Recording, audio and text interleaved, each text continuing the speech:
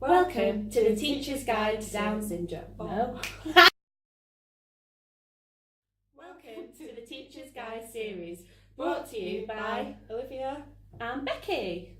Today's episode focuses on Down syndrome. We'll answer your questions about its causes, history, characteristics, and how you can best support a child with Down syndrome in your class. McIntyre 2002 states that many professionals in schools worry that they do not have the specialised training to understand and so help the children in their care. If this sounds like you, then this is the perfect video to help get you started.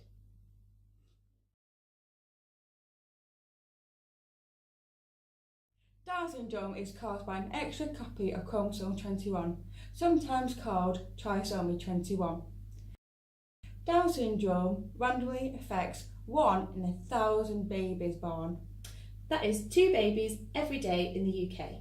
There are around 60,000 people in the UK with Down syndrome. It is one of the most common causes of learning disability. Down syndrome is a congenital genetic condition, which means it is present at birth and could not have been prevented before or during birth. Although the likelihood of Down syndrome occurring does increase with the age of the mother, and as more recent research has found, the age of the father too, it is a myth that only older parents will have babies with Down syndrome. All children with Down syndrome will have some degree of learning difficulties, ranging from mild to severe, and their cognitive development is quite variable. However, they will all share some cognitive similarities. It is not possible to predict at birth a child's future cognitive ability, nor is the number of any physical characteristics an indicator of ability.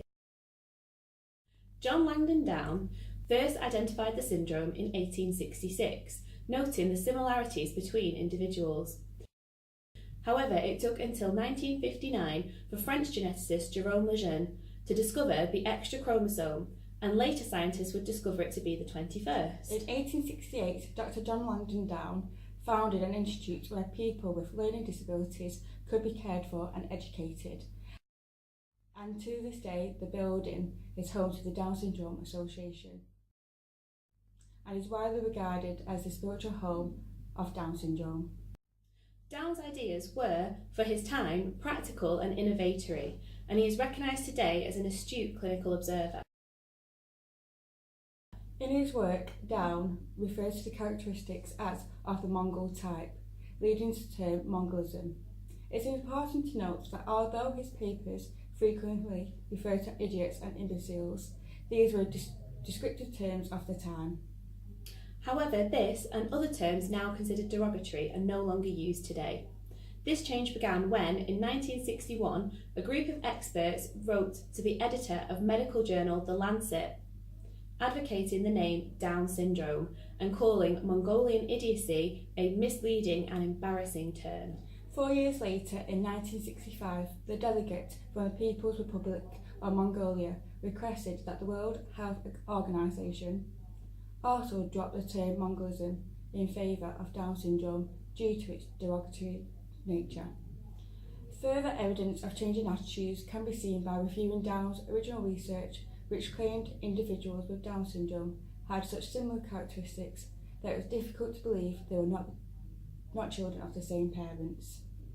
Current research now reflects that although children will share common characteristics, such as a rounded face and almond-shaped eyes, they will still resemble their own family members far more closely than another individual with Down syndrome. Historically, children with Down syndrome were considered ineducable and were often institutionalised. However, more modern research has concluded that children with Down syndrome are capable of learning when provided with appropriate support. Many mainstream schools now welcome children with Down syndrome, encouraging increased involvement with their typically developing peers. Research has shown that children with Down syndrome in a mainstream school learn and achieve well, both socially and educationally, while providing a key step of inclusion into society as a whole.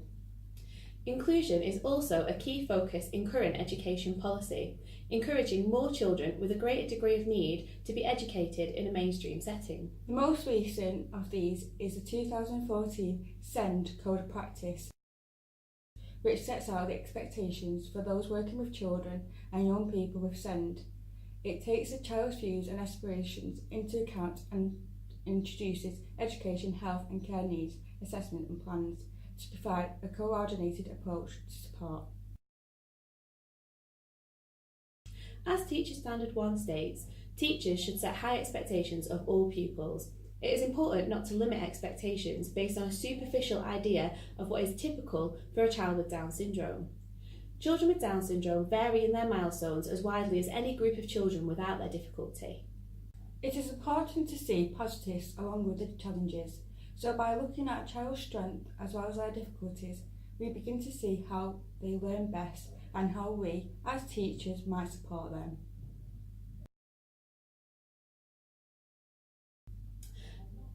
Hypertonia can make a child's movements seem floppy and unstable and can affect both fine and gross motor control.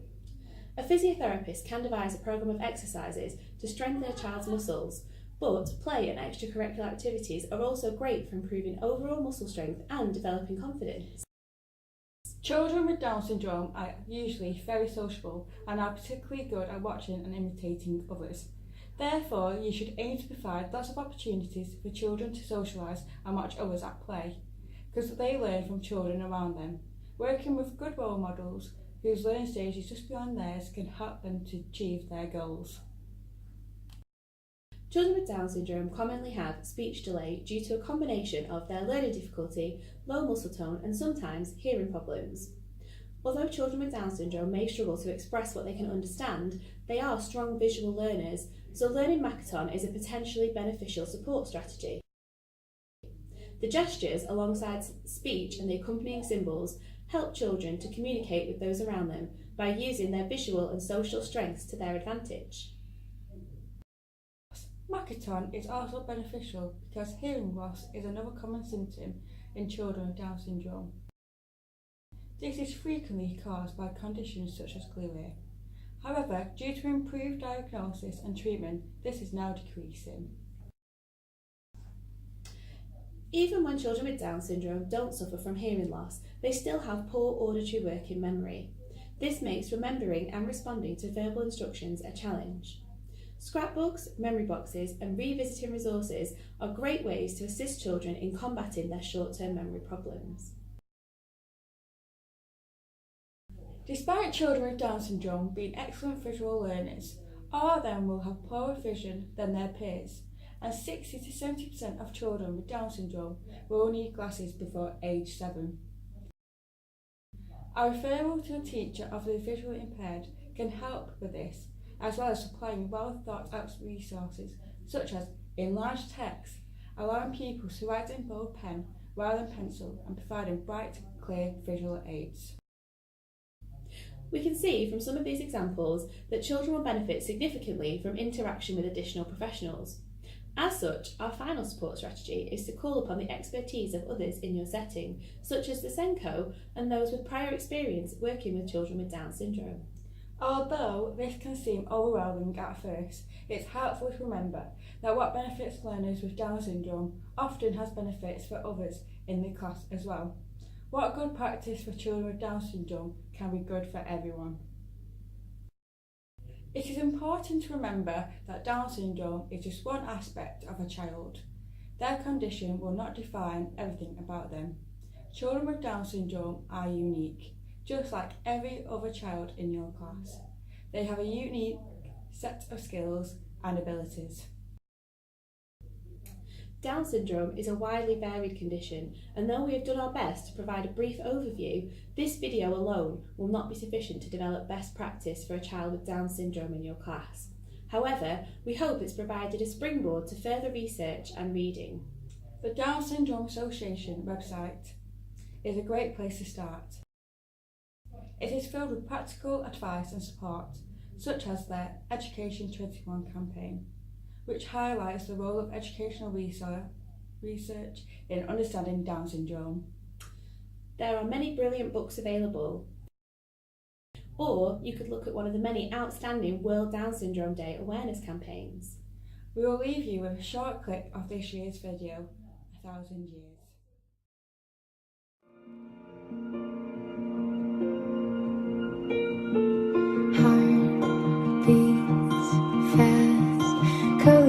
hopes and promises. How to be brave? How can I love when I'm afraid to fall? But watching you stand alone, all of my doubt suddenly goes away somehow.